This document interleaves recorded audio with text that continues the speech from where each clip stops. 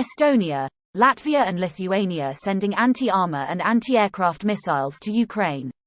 Here's a summary of the article. NATO members Estonia, Latvia and Lithuania will provide Ukraine with US-made anti-armour and anti-aircraft missiles, the defense ministers said in a joint statement on Friday evening. Estonia, Latvia and Lithuania and their allies are working together expeditiously to hand over the security assistance to Ukraine, the statement said. Estonia will send Javelin anti-armour missiles, and Latvia and Lithuania will send Stinger anti-aircraft missiles.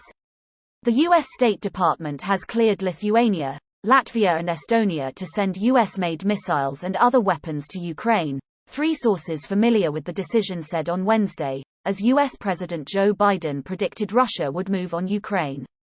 This post received a score of 44,000, with an upvote ratio of 94%. Here are the top comments in response to this article. Nice picture, hopefully that's not how they're sending them. Blur's Alliance. Sent the missiles, boss. What are you doing, step ally? Stuck in Crimea I see. Let me just slide my way in. So what are the odds Russia says fuck it and invades? This is one hell of a build-up, including now Canadian and Spanish and other Western fleets just off the coast.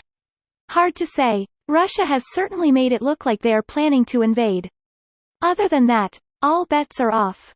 The appearance of an imminent invasion may have been the intent, or this could actually be staging for a future invasion. In any case, Putin may have overplayed his hand, or this could still be part of the plan, lol.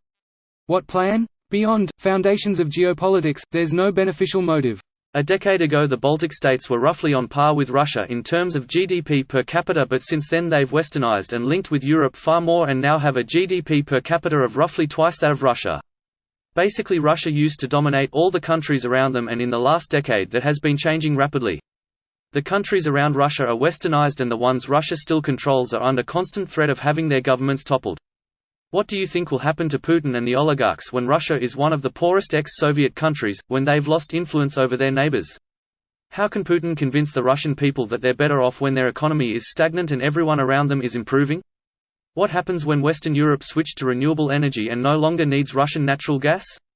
Russia's economy is already smaller than that of Canada and they're declining in power every year. Great analysis. Putin might indeed feel he really has nothing to lose here. There's also his age. He knows he is probably in one of his last terms before retiring unless he seriously plans to stay in power until his 80s. He does. Didn't he get the Russian constitution changed so he can be prime minister after but still hold the same power as president? I think he tested the old switcheroo but realized that he can't leave for one reason or another. Looks like the U.S. is also sending some Javelin missiles. A Transport Command 747 freighter is landing in Kiev from Germany.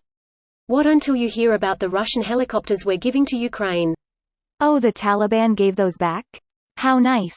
Pretty sure most of those are very expensive hangar queens or experienced rapid and scheduled disassembly at this point.